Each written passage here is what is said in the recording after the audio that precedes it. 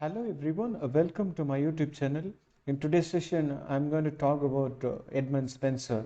Before getting into the session, subscribe my channel and get the updates about the upcoming lectures. Edmund Spenser was born in the year 1552 or 1553. The birth year of Edmund Spenser was uncertain. It might be 1552 or 1553, but he lived up to 1599. Edmund Spenser was born in London. He was educated in London at Merchant School, and of course he was matriculated at Pembroke College, Cambridge. While when he was staying in Cambridge, he got a chance to be friend with Gabriel Harvey. Gabriel Harvey was the one who consulted Edmund Spenser, and but both of them are having different views on poetry. But still, Edmund Spenser was consulted by Gabriel Harvey. In the year of 1578, Edmund Spenser was given a chance to become a secretary to John Young. Okay, it was a short-time secretaryship which he was given. Was a bishop of Rochester, and later in the year 1579, Edmund Spenser published the work called the Shepherd's Calendar. In the year of 1580, Spenser went to Ireland in the service of a newly appointed Lord Deputy Arthur Grey, the 14th Baron Grey de Wilton. Spenser served under Lord Grey with the Walter Raleigh at the siege of Smerwick massacre. When Lord Grey was recalled to England, Spenser stayed in Ireland. In the year of 1590, Edmund Spenser brought out with the first three books of his most famous work, the Faerie Queene. And he traveled to London to publish and promote the work. With the assistance of Raleigh, he was able to publish this successfully. He was successful enough to obtain a life pension of £50 a year from Queen Elizabeth I. Edmund Spenser was good enough to secure a place at court through his poetry, but the next significant publications boldly antagonized the Queen's principal secretary, Lord Burghley, William Cecil, through its inclusion of the satirical Mother Hubbard's Tale. He returned to Ireland. In the year of 1591, Edmund Spenser, who published a translation and verse of Joachim du Bellay sonnets, Joachim du Bellay Bellay, so whose sonnets, which he translated. In the year of 1594, Spenser's first wife was passed away. In that year, he married a much younger Elizabeth Boyle, who was a relative of Richard Boyle. Okay, there. Edmund Spenser addressed his wife in the sonnet sequence Amoreti, and of course the marriage itself was celebrated in Epithalamium. In the year of 1596, Edmund Spenser wrote a prose pamphlet titled A View of the Present State of Ireland. It was in the form of dialogue and was circulated in the manuscript. It was not published till middle of 17th century. Because of its inflammatory content, it was sidelined by the publishers. In the year of 1598, in the 9 Years' War, Edmund Spenser was driven from his home by native Irish forces of O'Donnell, A-O-D-H-O, Nail, N-E-I-L-L, and his castle at Kilcolman was burned down. In the next year, in 1599, Edmund Spenser would travel to London, where he died at the age of 46. See, since Spenser had a payment to Ben Jonson, which was authorized by the government, and it was due of his pension. So Ben Jonson said Edmund Spenser was died for want of bread, and after his death, his coffin was carried to his grave in Poets' Corner in the Westminster Abbey by the other poets. See there, the poets who were carrying Edmund Spenser's coffin, they had thrown many pens and pieces of poetry into his grave with many tears. Now let me see some popular quotes which Edmund Spenser gave. I was promised on a time to have reason for my rhyme. From that time unto this season, I received nor rhyme nor reason. The next one is, What more felicity can fall to creature than to enjoy delight with liberty? The next one is, and all for love and nothing for reward. Then the next one is, each goodly thing is hardest to begin. Gold all is not that doth golden see. The next one is, the poet's scrolls will outlive the monuments of the stone. Genius survives, all else is climbed by death. The next one is, he that strives to touch the stars oft stumbles at a straw. These are some of his popular quotes. Now let's see his works. The first work is The Shepherd's Calendar. The Shepherd's Calendar was published by Hugh Singleton, Hughsangleton. It was published by Hugh Singleton in the year 1579. And this work consists of 12 eclogues, was named for 12 months, and it was comprising together a year symbolic, of course. In this work, it talks about the turning of the season of the whole human life. This work is greatly expanded by introductory matter and glosses. The introductory matter and glosses was written by E.K. In this work, the every eclogue is preceded by a carefully designed woodcut and followed by a motto or emblem, okay, summing up the attitude of each speaker. The morals of the poem, like Theocritus, Theocoritus, and Virgil, Mantuan, Mantuan, Mantuan, and Marot, Marot, and the style is influenced by, among others, like Chaucer's Skeleton. Chaucer is the only poet whom Spenser acknowledges as direct depth. Okay, he strives for a language more purely English. The entire work was written using deliberately archaic spellings in order to suggest a connection to medieval literature and to Geoffrey Chaucer particularly. Okay, the poem which introduces Colin Cloud. It's his first major work, and so this poem has got 12 eclogues. Eclogues means a pastoral, a short pastoral poem which is in the form of dialogue or soliloquy.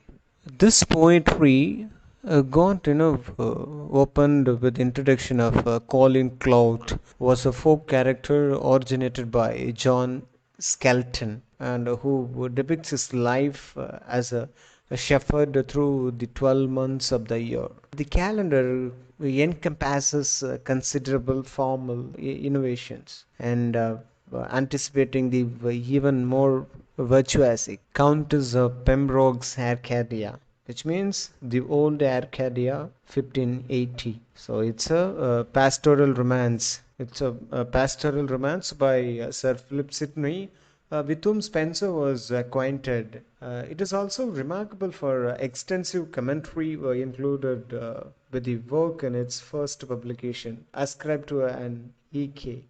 E.K.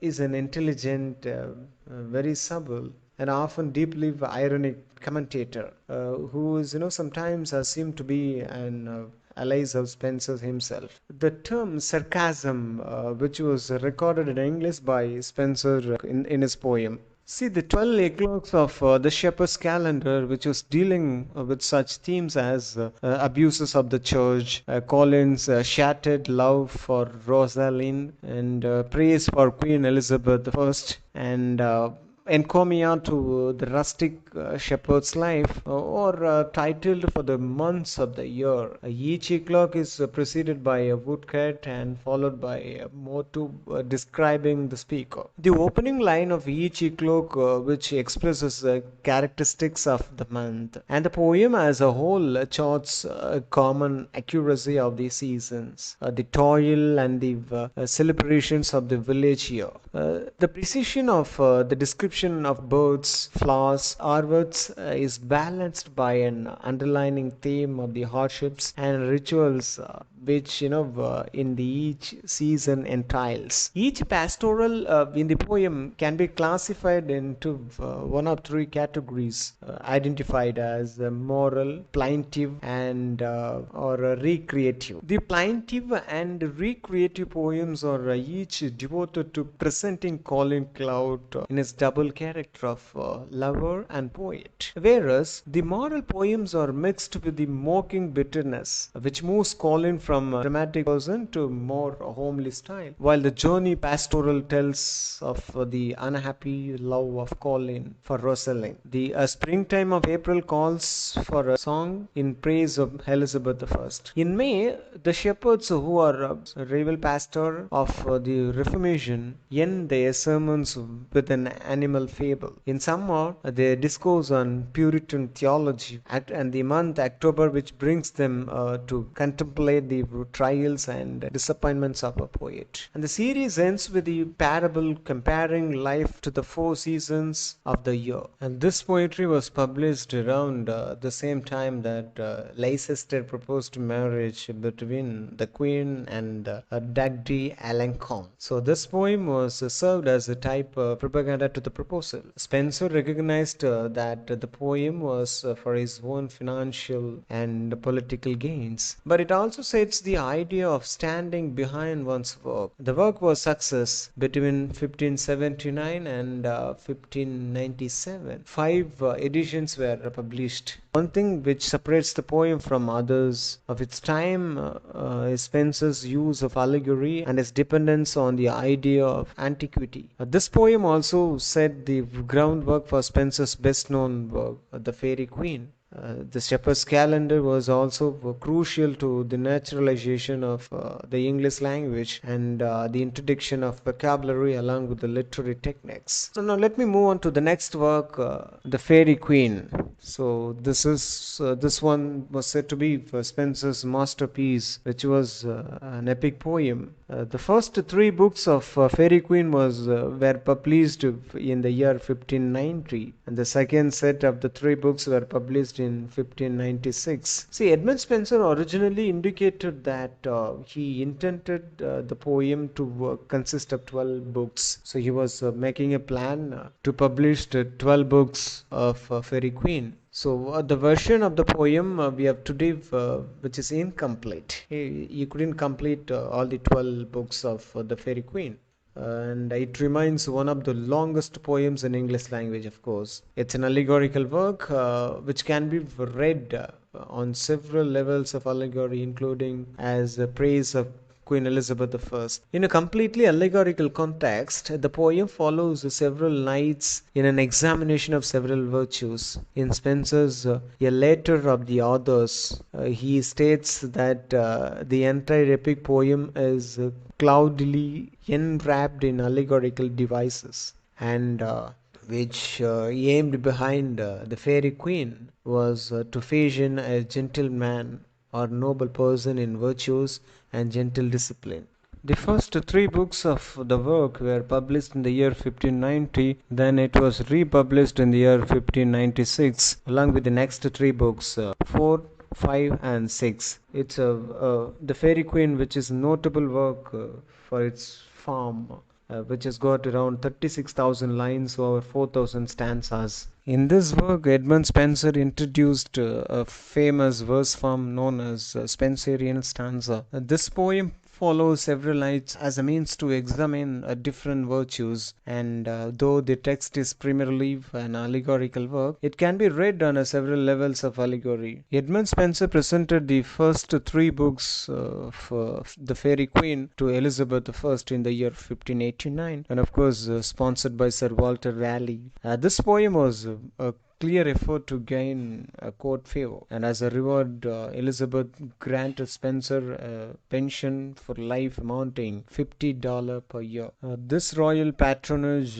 which elevated the poem to a level of success which made it Spenser's defining work. So the first book, which was centered on the virtue of holiness as embodied in the Red Cross Knight, largely self-contained, and this book can be understood to be its own own miniatures epic. The Red Cross Knight and his lady Una travel together as he fights the monster Error, Error, Error. Then separately after Wizard Archimago, Archimago, Archimago tricks the Red Cross Knight into thinking that Una is unchaste, Una is not pure, Una is not a virgin. So using a false dream, they were separated. After the Red Cross Knight meets Duasa, Duessa. So after that, Red Cross Knight meets Duasa, who feigns distress in order to entrap him. Duasa leads the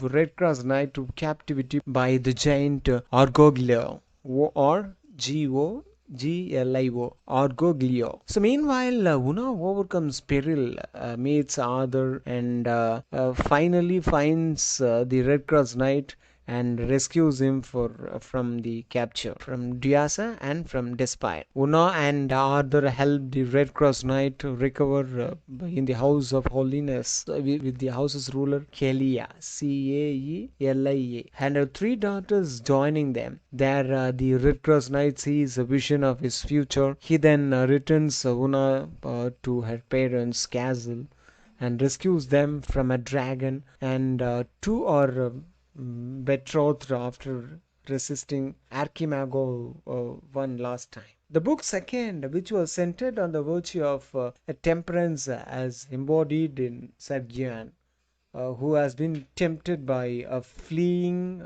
Archimago into nearly attacking the Red Cross Knight. Guyon discovers a woman killing herself out of grief for having a lover tempted and bewitched by the witch Acrasia and killed.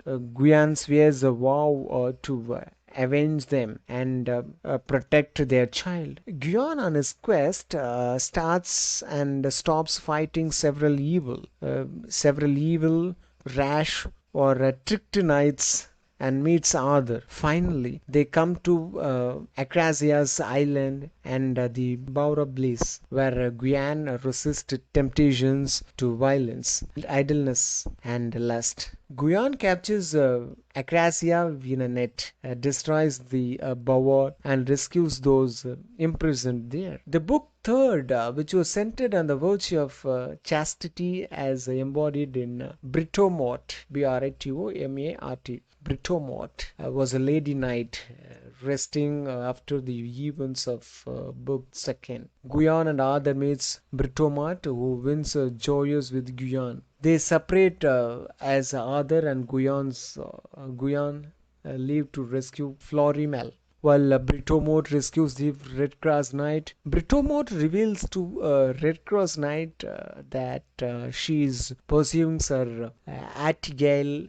because she is destined to marry him. The Red Cross Knight defends Attigale, and they meet Merlin, who explains more carefully Britmore's destiny to found the English monarchy. Britmore leaves and fights Sir Marinel. Arthur looks for Florimel, joined later by Sir Satyran, Satyran, Satyran, and Britomart, and they witness the resist sexual temptation. Britomart separates from them and meets Sir Scudamore, Scudamore, Scudamore, looking for his captured lady Amorette. Britomart alone is able to rescue Amorette from wizard Buzirain. Unfortunately, when they emerge from the castle, Scudamore is gone. In the 1590 version with the books 1, 2, and 3, which depict the lovers' happy reunion. But this was changed in the next version, which came in the year 1596, which contained all 6 books. So the fourth book, which depicts its title, The Legend of Campbell and Telamond, or of Friendships. Campbell's companion in the book 4 is actually named Triamond, and the plot does not center on their friendship ship. The two men appear only briefly in the story. The book is largely a continuation of events begun in the book third. First, Scudamore is convinced by the Hagate, Hagate, Hagate, that Britomart has run off with the Amorate and becomes jealous. A 3-day tournament is then held by Satyrane, Satyrane, where Britomart beats Artegal both in disguise. Scudamore and Artegal unite against Britomart, but when her helmet comes off in the battle, Artegal falls in love with her. He surrenders, removes his helmet, and Britomart recognizes him as the man in the enchanted mirror. Artegal pledges his love to her, but must first leave and complete his quest. Scudamore, upon discovering Britomart's sex, realizes his mistake and asks after his lady. But by this time, Britomart has lost Amorate, and she and Scudamore. Arthur then appears, offering his service as knight to the lost woman. She accepts or reunited, wrapping up a different plotline from book 3. The recently recovered Marinal discovers Florimel suffering in Proteus' dungeon. He returns home and becomes sick with love and pity. Eventually, he confesses his feelings to his mother, and she pleads with Neptune to have the girl released, which the god grants. Now, the book fifth is centered on the virtue of justice as embodied in Sir Artegal, and book sixth is centered on the virtue of courtesy as embodied in Sir Calidore, Calidore. That's it about the Faerie Queen. Apart from these poems, Spenser also published short poetry collections. In the year 1591, he published Complaints, which is a collection of poems which express complaints in mournful or mocking tones. 4 years later, in 1595, Spenser published Amority and Epithalamium. This volume contains 88 sonnets commemorating his courtship of Elizabeth Boyle. In Amority, Spenser uses subtle humor and parody while praising his beloved, revoking Petrarchum's in his treatment of longing for a woman. And the Epithalamium, similar to Amority, which deals in part with the unease in the development of romantic and sexual relationship. It was written for his wedding to his young bride Elizabeth Boyle. Some have speculated that the attention to disquiet in general reflects Spenser's personal anxieties at the time, as he was unable to complete his most significant